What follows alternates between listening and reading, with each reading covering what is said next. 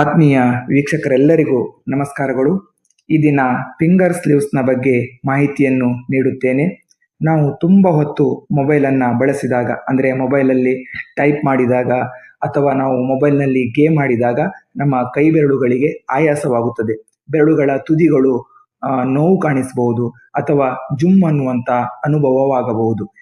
ಇದಕ್ಕೆ ಪರಿಹಾರವೆಂದರೆ ನಾವು ಮೊಬೈಲನ್ನು ಬಳಸುವಾಗ ಈ ರೀತಿಯಾದ ಫಿಂಗರ್ ಸ್ಲೀವ್ಸ್ ಅನ್ನು ಹಾಕಿಕೊಳ್ಳಬೇಕು.